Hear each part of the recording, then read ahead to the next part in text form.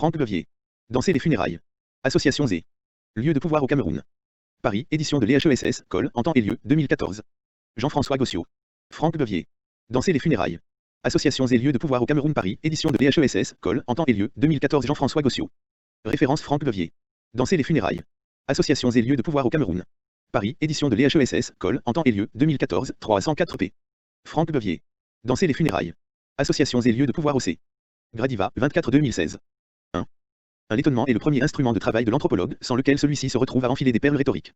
Logiquement, donc, et paradoxalement, plus l'anthropologue travaille, mieux il connaît son terrain, et plus il risque de se trouver heuristiquement démuni. Il lui arrive cependant d'être sauvé par ce que l'on pourrait appeler des surprises à la puissance 2, c'est-à-dire des faits qui viennent à rebours des connaissances qu'il s'est forgées avec ses premiers étonnements. C'est ce genre de surprise qui a radicalement orienté, sinon déclenché, la recherche entreprise par Franck Bevier en pays bamileke et qui nous vaut ce livre important et étonnant.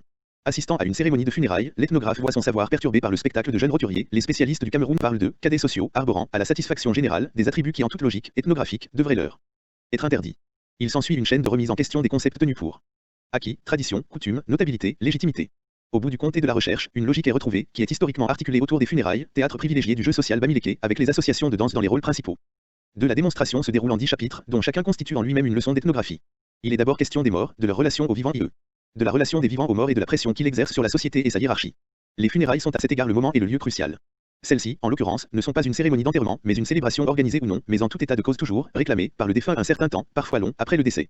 Les enjeux proprement sociaux s'y mêlent aux rapports problématiques entretenus avec le disparu, et ce d'autant plus que la condition notabilière du célébrant est élevée. Dans ce contexte où se conjuguent obligations rituelles et exigences de prestige, les performances des associations de danse occupent. Franck Bevier. Danser les funérailles. Associations et lieux de pouvoir au C. Gradiva, 24-2016. 2. Une place centrale.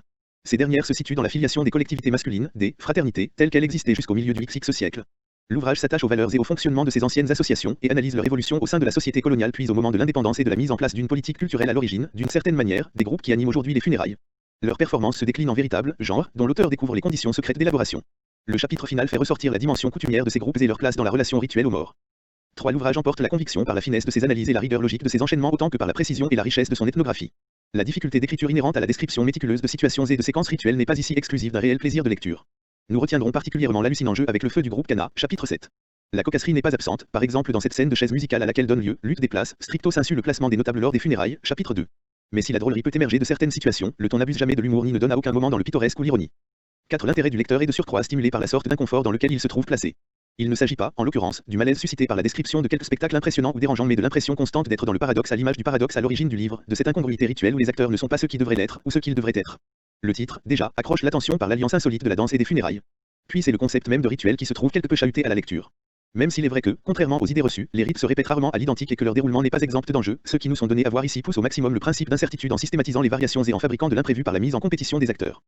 5. Surtout, le lecteur éprouve la sensation, inconfortable et stimulante, donc, d'être plongé en permanence et simultanément dans deux mondes contradictoires. D'une part, il reconnaît les réalités familières du monde moderne, de l'autre, il se trouve immergé dans des réalités inverses, celles du monde de la coutume, de la tradition. On est loin, pourtant, des classiques variations sur le thème, tradition et modernité, et l'on échappe aux analyses routinières de la tension entre ces deux pôles. Les réalités contradictoires sont beaucoup plus profondes et profondément imbriquées jusqu'à ne pas être contradictoires. 6. La société coutumière se révèle ainsi totalement monétarisée, à l'image, et au-delà, des sociétés de l'hypermodernité.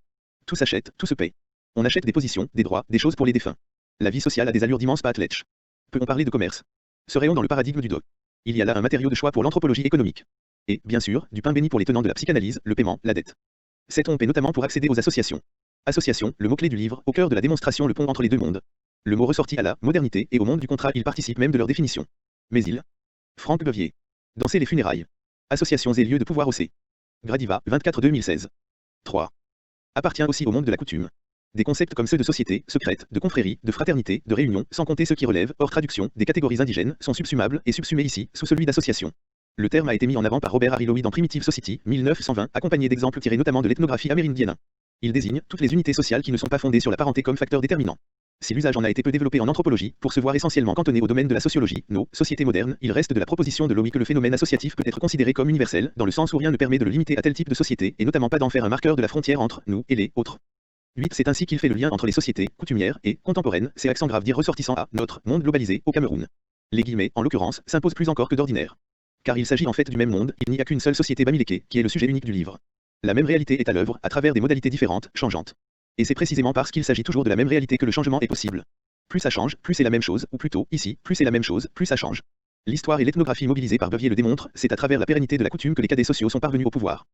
9. Cette pérennité a pris concrètement la forme d'une continuité structurelle et historique entre les différents types d'associations à fonction coutumière, en l'occurrence et pour ce qui nous intéresse les associations de danse anciennes ou contemporaines, traditionnelles ou modernes. Après que le Cameroun eut obtenu son indépendance, son premier président, Amadou Ahidjo, s'efforça de mettre en œuvre une politique culturelle censée promouvoir, dans le pays comme vis-à-vis de l'étranger, l'unité et la modernité de la nation en valorisant la richesse de ses arts traditionnels, au premier rang desquels la danse. Dans ce contexte, les anciennes associations, les confréries, furent supplantées par des associations culturelles, plus à même de réaliser ce programme et qui en reprirent les fonctions coutumières, sans solution de continuité. Les cadets, qui avaient joué un rôle essentiel dans ce moment d'institutionnalisation, acquirent ainsi leur dimension d'acteurs rituels, en même temps qu'il accédait, plus généralement, au pouvoir. 10. Outre son ethnographie rigoureuse et brillante, sa mise en contexte historique précise et pertinente, l'ouvrage de Bevier tire sa puissance démonstrative de cette sorte de coup d'audace théorique, ignorer la frontière sémantique entre tradition et modernité, et rendre opératoire le concept d'association en reprenant, au sérieux, son acception anthropologique. C'est la réuniversalisation de ce concept qui a permis d'unifier la problématique et de résoudre les contradictions liées au clivage fantasmé des sciences sociales. Au-delà de sa dimension africaniste, la démonstration constitue une véritable leçon d'anthropologie. Franck Bevier. Danser les funérailles. Associations et lieux de pouvoir OC. Gradiva, 24-2016. 4. Note 1. Voir Michel Izard, Association, In Pierre Bont et Michel Izard, DR, Dictionnaire de l'ethnologie et de l'anthropologie, Paris, PUF, 2000, 94 à 97. Auteur Jean-François Gossiaux, gossiaux@msh-paris.fr. gossiaux@msh-paris.fr. Franck Bevier. Danser les funérailles. Associations et lieux de pouvoir OC. Gradiva, 24-2016. 5.